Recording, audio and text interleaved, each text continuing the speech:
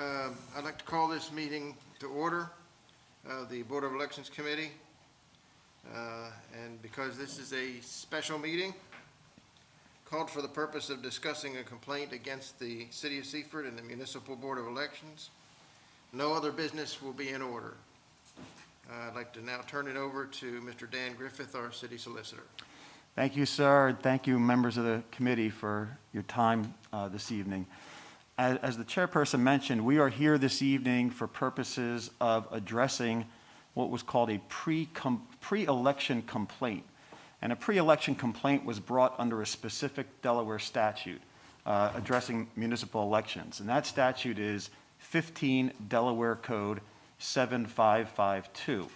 And so our meeting is conducted pursuant to that statute, and that statute says what we are supposed to be doing. So just for purposes of the record, and you have the statute in front of you with some highlighting, I'm going to read the pertinent portion of the statute that addresses what we are here for and what we're going to be doing. So under 7552A, it reads, a citizen of the municipality may submit a written complaint regarding any aspect of pre-election activity that is contrary to the provisions of subchapters 4 and 5 of this chapter to the municipality's Board of Elections. And then it goes on, another sentence later says, the Municipal Board of Elections shall meet in a special public meeting held as soon as practicable in compliance with the Delaware Freedom of Information Act, but in no event later than 10 days following receipt of the complaint to determine if the complaint has any merit. Within 24 hours of the special public meeting, the Municipal Board of Elections shall issue a written decision on whether the pre-election action or activity was legally incorrect and ordering lawful action necessary to correct such legal error in the pre-election action or activity. So that is what we are here for this evening, is to address the pre-election complaint. You also have received a copy of the complaint, and so this evening, what I will do is provide the city's response to the complaint as part of the meeting, as part of the public portion of the meeting. And as members of the board and the committee, you will be entitled to ask me any questions you would like in the public portion of the meeting about the city's position on the complaint. Once you are done with the public portion of the meeting, asking me any questions or making any comments you might have, you will move into executive session. Somebody will make a motion, somebody will second that motion, and you'll move into executive session, and you will deliberate on the complaint. And there's three things you can decide. There's three ways to address the complaint when you are deliberating. You can sustain the complaint in its entirety. You can say, we find the complaint to be meritorious, and we sustain it. It's a multi-part complaint, so you can sustain part of it and overrule the other part of it. Or the third option is you can overrule all of it. If you choose one of the first two options, if you sustain it in its entirety or sustain it partially, then you have to come up with a remedy. So if you say the city did not comply with this provision of the statute, you have to say we are ordering the city to comply with that provision of the statute. And then once your deliberations are done, the executive session will be over. There will be a motion made to move back to the public portion of the meeting. And then the public portion of the meeting will end. There won't be any more to be done in the public portion of the meeting. But then you'll have to tell me what your decision is, because there has to be a written decision by tomorrow, and we make that decision public, as the statute says, about what your decision was. So that's sort of the process for tonight, and if you have any questions as we go, I'll be happy to address them. But that's how we're going to proceed. And so what I would like to do is read the relevant portions of the complaint and then provide you with the city's position on this. Like I said, you have the complaint, and it's a very lengthy multi-part complaint, so I'm not going to read it verbatim, but there is a summary of the major complaints that are being made. It's really in three parts. And so I'll read those three parts into the record because those are the parts that I'll be addressing during my presentation. Part A, the City of Seaford has improperly configured parts of the organization and functions of two groups of volunteer election officials, the BOE, the Board of Election, and election officers / standing board in violation of 15 Delaware Code Chapter 75. That's A. B, the city of Seaford has failed to appoint 5 qualified electors as members of its Board of Elections as required by Seaford's Charter 7, Section D, Board of Elections. And then in parentheses, note, under 15 Delaware Code, Chapter 7551F, municipal boards of elections shall consist of an odd number of members as stated in the municipality's charter or code. That's B. And then C, the city of Seaford has failed to post the names and contact information of its Board of Elections at City Hall as required under 15 Delaware Code 7551J. So those are the 3 subparts of the complaint, and you have the complaint. There is no opportunity during this meeting for public comment or public input. You have the complaint. This is the city's response, and that will be the record for purposes of your deliberations. So as I view it, the complaints relate to whether or not, as I said, the city is in compliance with the municipal election provisions of the Delaware Code and its own charter. And I think it's important to go over what the framework of election committees are supposed to be according to the code and according to the charter. The code provides for what is called election officials, which are those people who are in charge of the day-to-day supervision and really the running of the election. Those are the election officials. They run the election. But then the code also provides for a board of election, which in layperson's terms, hears appeals, hears challenges. If anybody has a problem with a particular aspect of the election, that Board of Elections hears that appeal, hears that challenge. As you all are all well aware, because you heard appeals and challenges during the course of this past election. So that's the framework. You have the people who are the election officials running the day-to-day, and then you have the board that is hearing challenges or appeals. That's the Delaware Code. Then you have the city's charter, which also you have in front of you. And the city's charter provides, the mayor shall submit to city council for its approval the names of individuals to serve as the Board of Elections, whose purpose shall be to oversee the municipal election in conformity with Chapter 75 of Title 15 of Delaware Code.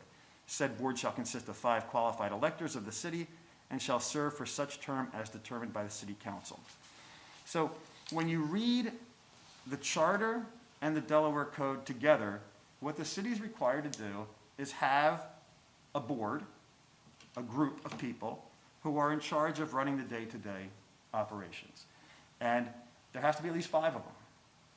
And then the city also has to have a board that is responsible for overseeing challenges or hearing complaints about the election.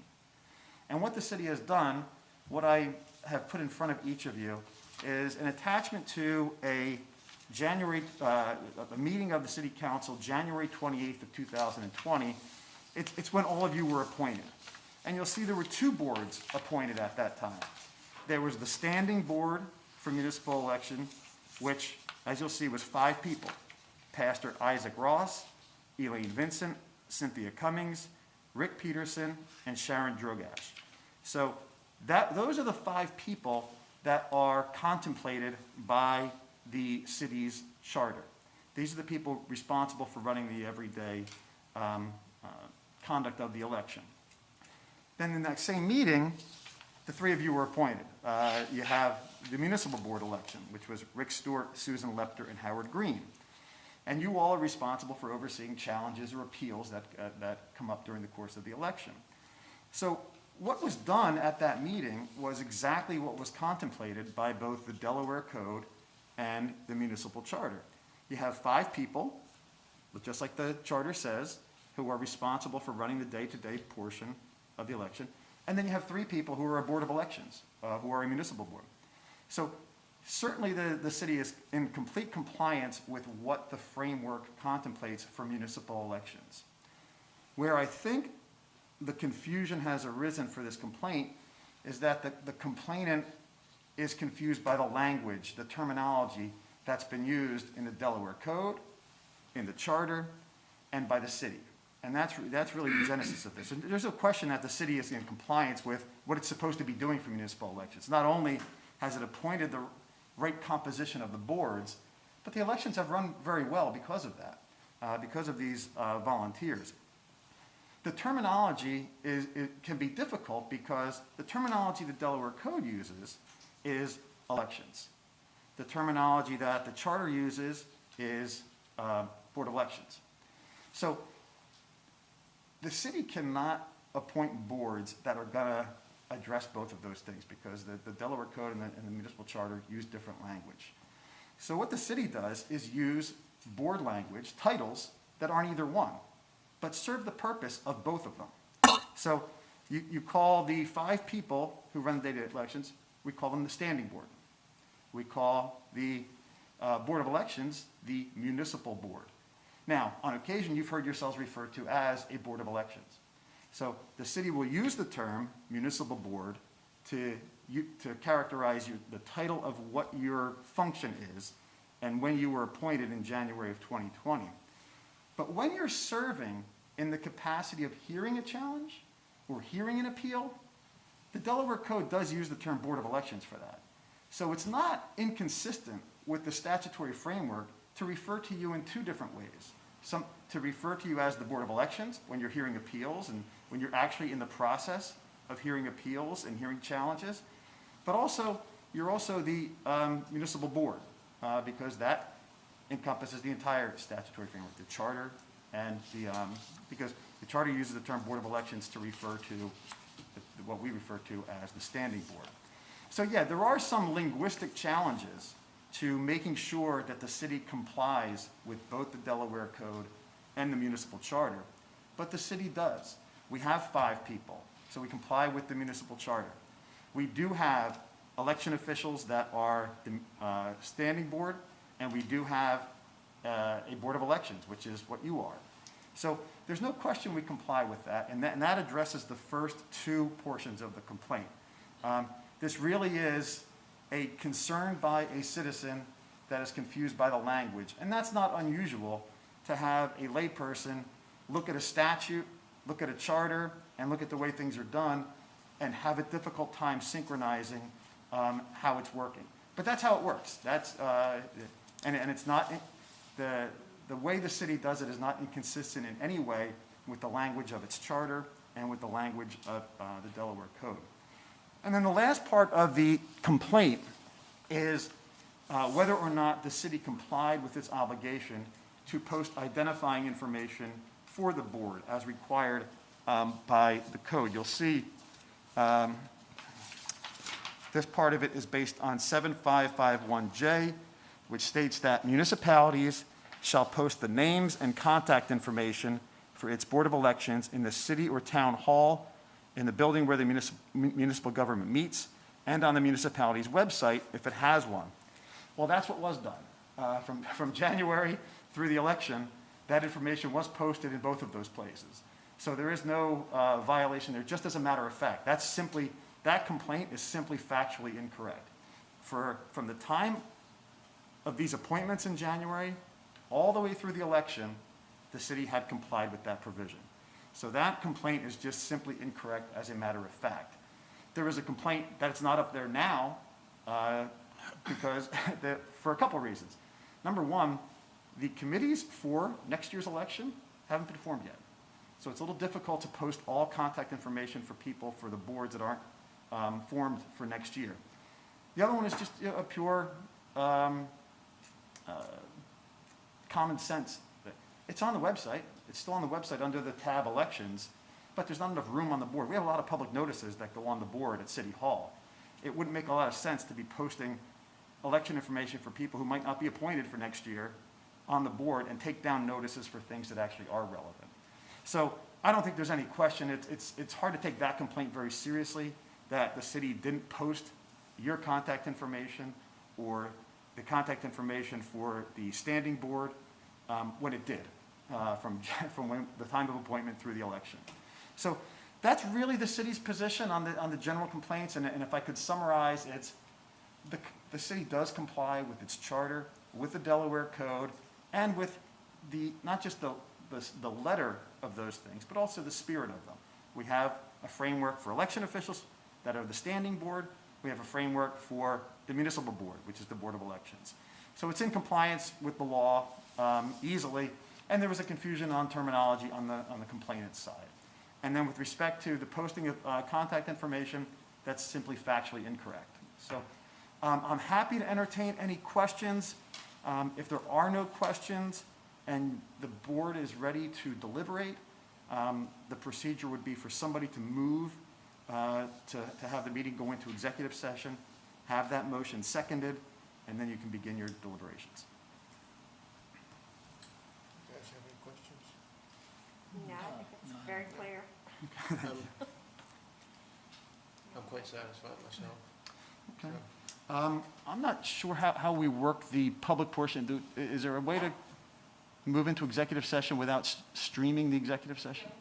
Okay, And once you adjourn into executive, okay. I need a motion to move into executive session. Motion, we move to executive session? I second the motion. Okay, a motion and second. Any questions on that motion? No. No? Okay. Okay. So now you're in executive session, you are off.